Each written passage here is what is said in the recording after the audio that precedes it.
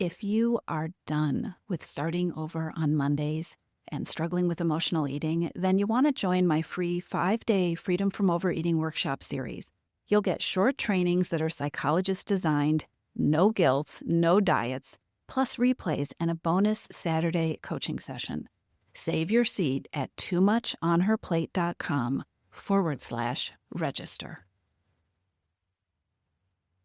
Hey everybody, welcome back to the podcast.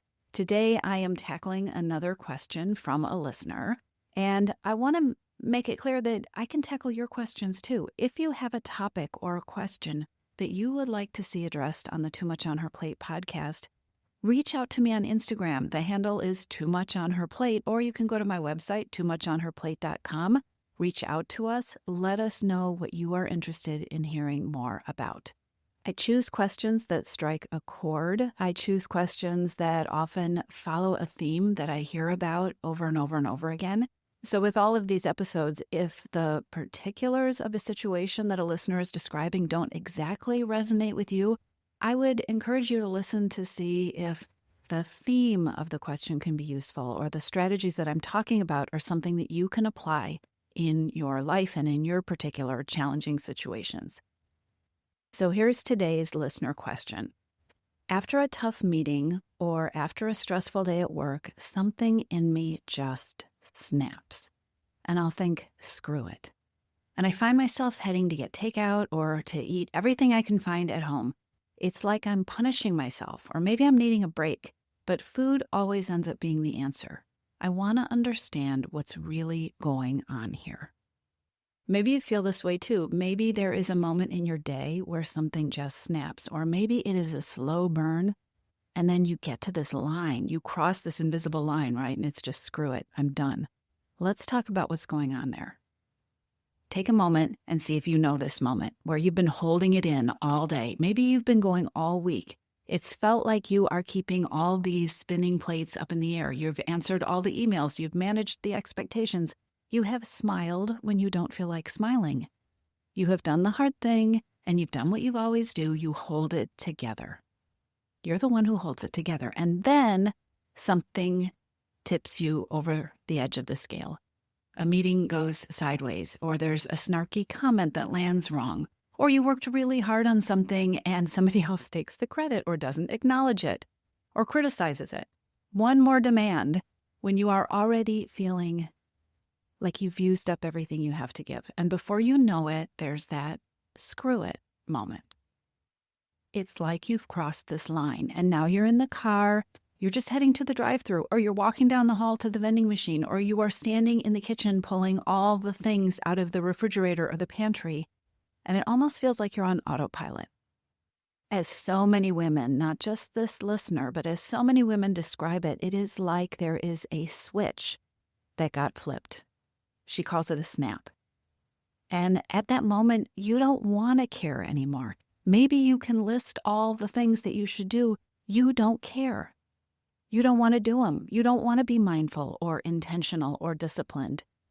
You want relief. You want comfort. You want out. You want numbness. And the thing that is so frustrating and also so gratifying in this moment for so many women is that food, it's there. It's fast, it's convenient, it's familiar, it works until it doesn't. And it doesn't get in anybody else's way. You don't have to say no to anybody else. You can keep going. How have I done at describing this? Is this something that you can relate to? Because I sure can. And today I want to talk about what might really be going on in that moment. Because this screw it phenomenon, that moment, and then the regret and the frustration that comes afterward is something I hear about a lot. Let's start at the very beginning. That screw it moment, it is not a failure. It is not proof that you lack discipline or that you don't have enough resolve or that you don't care enough.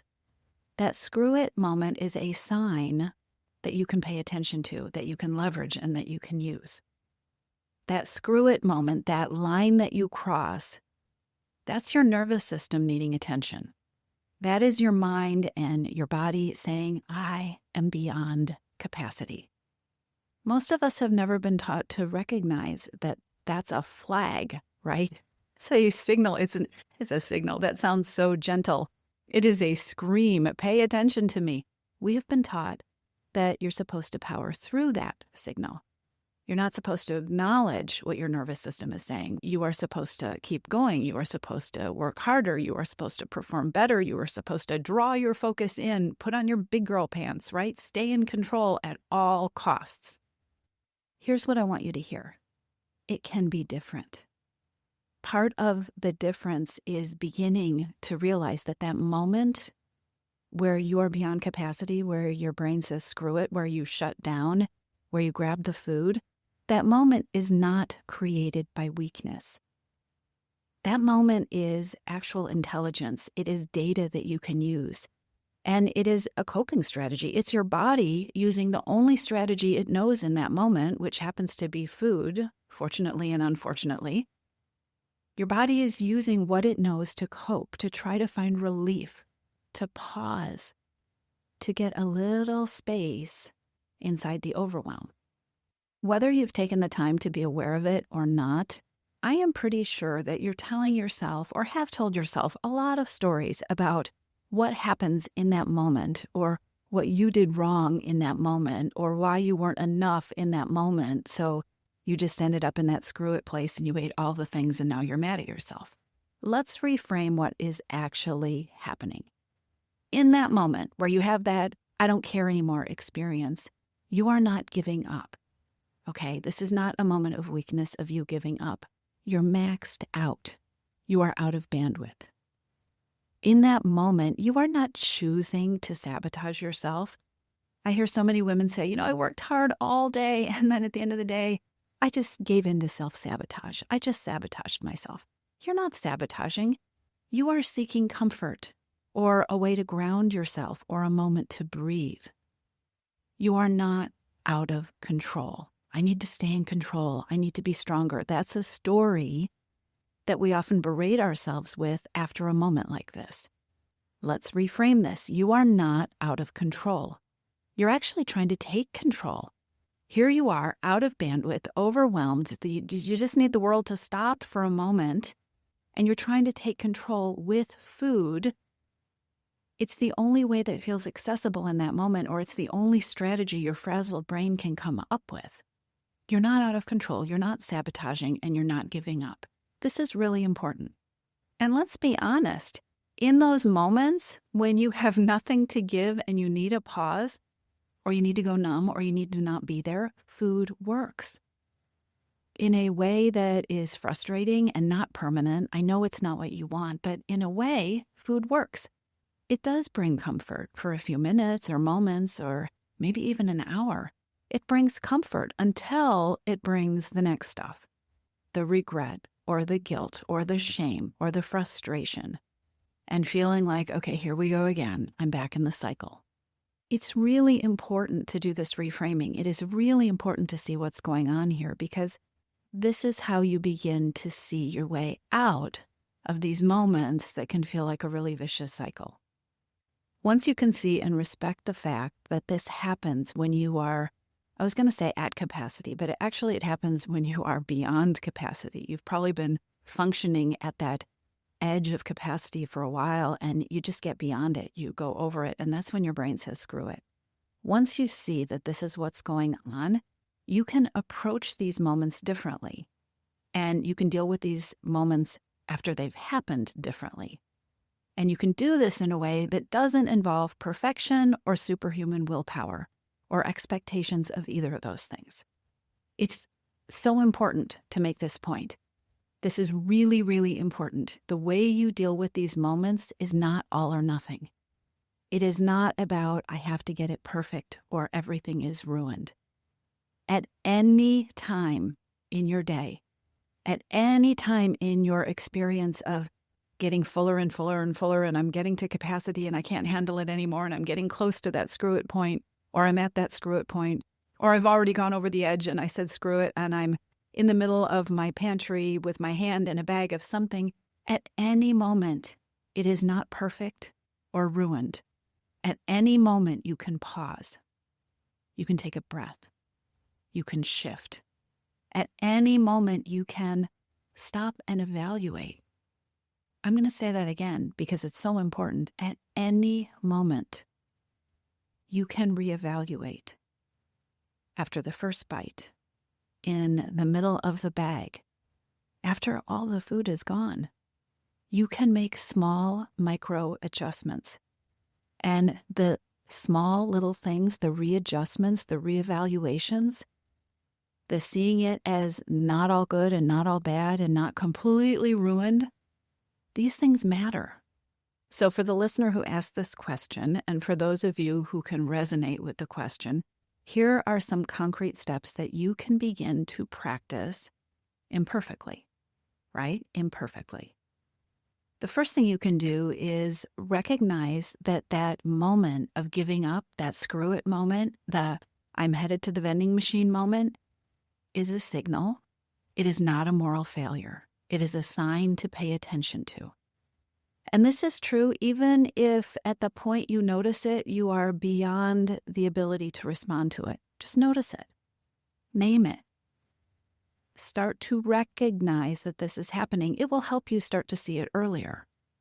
Once you start to recognize the screw it moment as a sign of something, a symptom of something, and not a failure of you not being strong enough, you not being good enough, then you can start to use that to get clearer and clearer about how to respond to what is asking for attention, what your nervous system needs, what your body needs, what your brain needs in these moments and leading up to these moments.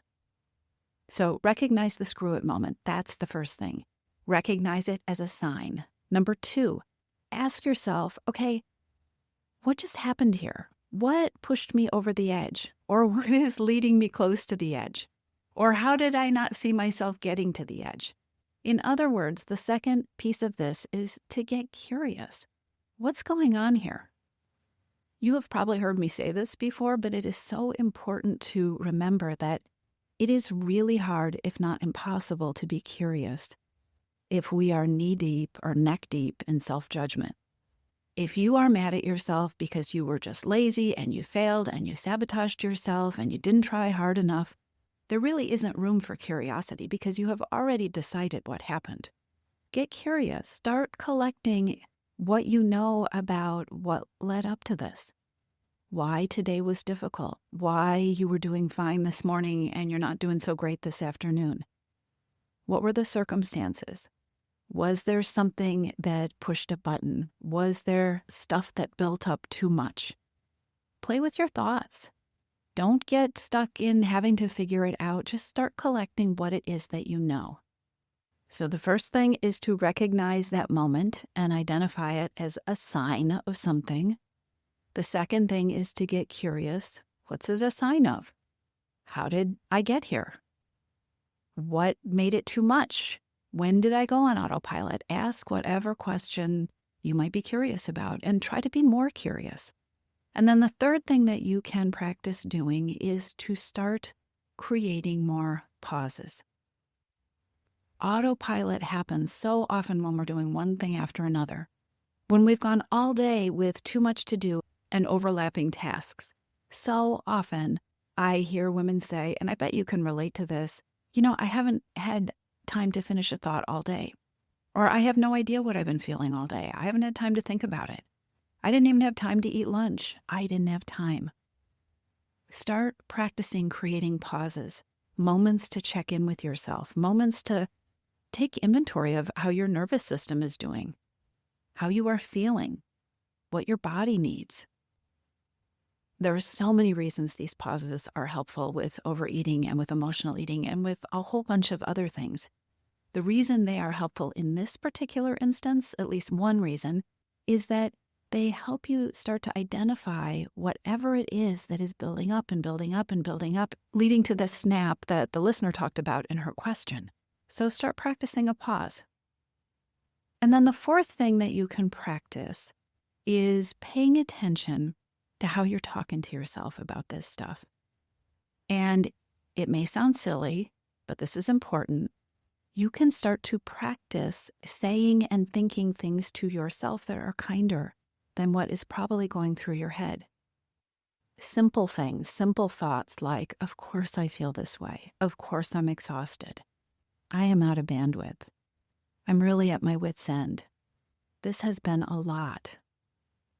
No wonder I want to check out. I'm tired. I really showed up today. I'm not talking about trying to talk yourself out of the feeling of wanting to snap or wanting to eat everything in sight. I'm talking about beginning to practice being compassionate and understanding with yourself about the fact that there's a reason you've gotten to this place. Don't put pressure on yourself to stop the urge completely immediately. That's probably not going to happen.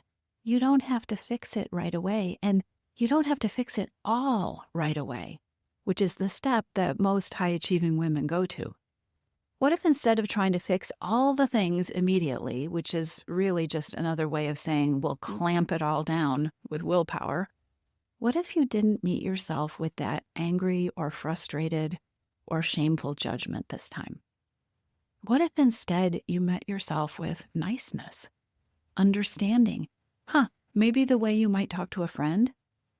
I mean, if you step back and think about it, in those moments where you are about to snap or you have snapped and you're beyond capacity, that's exactly what these moments are really telling you need. Kindness, acknowledgement, gentleness, not punishment or shame or yelling at yourself or another plan to somehow put more effort into doing better tomorrow. I mean, think about it. We tell ourselves that all the time. In a moment when we're stretched to capacity, we're overwhelmed, we can't think of anything better to do, or we can't drum up enough oomph to do anything better, even though we could come up with a long list of shoulds. In that moment, we tend to tell ourselves all the hard things we're going to do more of the next time it happens. It doesn't make sense. Here's what I want you to take away from this. Those stress eating cycles, those comfort eating marathons, they are not about the food. At their foundation, they are a way of you trying to take care of or not feel some need, a need for rest. Maybe you're exhausted, a need for more emotional bandwidth because the tough situations keep coming at you and you are on empty. This kind of overeating happens because your system is overloaded and you need a break, or you need help, or you need support, or you need understanding. Listen, we all live in the real world. You don't have to eliminate stress, and you can't eliminate all the stress. You don't have to become someone who never reacts or never craves chocolate. That's not real life. And you can begin to practice a different approach to this stuff. The next time that switch flips and you feel yourself heading towards a binge or a vicious cycle with food, or you find yourself coming out of one, stop, pause, ask yourself, what do I know about what I'm really trying to soothe or to escape or to solve right now? What's going on underneath this battle with food? Asking that question alone is so powerful, even if you don't know the answer. Running that question through your brain gets your brain operating differently. And it also creates a little bit of space, a little pause. It creates some possibility to do something different, to think something different. By creating a pause, you start to create the possibility, the opportunity to choose something different and to think about what different choices exist. Here is the thing. I'm going to keep saying it over and over. You're not weak. You are not failing. You are using the tools that you have. And now you can be building new ones. This is how change begins. By recognizing what's really going on, by escaping the cycles of self-blame that hold you down in a stuck place, by using curiosity and compassion, and by ditching perfectionism and choosing something kinder, something simple, one small step at a time. I really hope this has been helpful for you. I'll talk to you soon. Are you ready to take some next steps? I've got a super easy one for you. Sign up for my free 5-day Freedom from Overeating workshop series. In that series, I'm going to walk you through a psychologist-designed framework designed to stop overeating without deprivation, so your evenings feel more relaxed and calmer and cravings lose their grip. Replays are included when you register, and we're going to finish the week with a bonus Saturday coaching workshop so that you can tailor your plan to you. Save your seat at toomuchonherplate.com willpower.com/register.